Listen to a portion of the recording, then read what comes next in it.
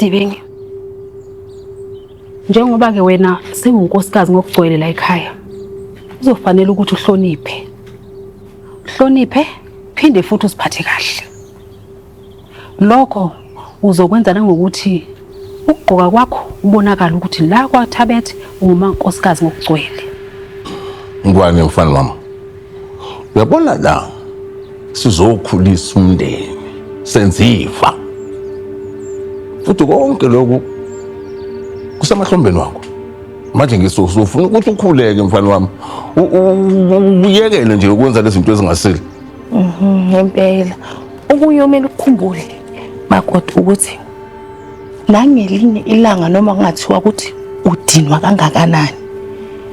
Ungakulinge unyuse izwi kumnyeni wakho. Uyangizwa makoti? Kanti ke okunye ndodana.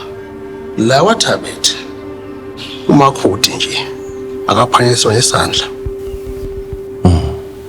Uma ukuthi inkosikazi unolaka ndodana. Wekigaba ngabe kusahamba kahle lapho. Ha? Sihamba kahle ngathi indaba zakaThabethe phela lezi. Machiliza. Ungaphefumula uma ngabe kukhona ufisa ukusho nawe.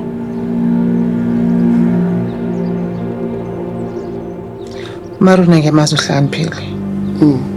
Ngeke azalahleke. Uzoyazi futhi uzoyibona indlela embedeni la ekhaya. Akunjalo.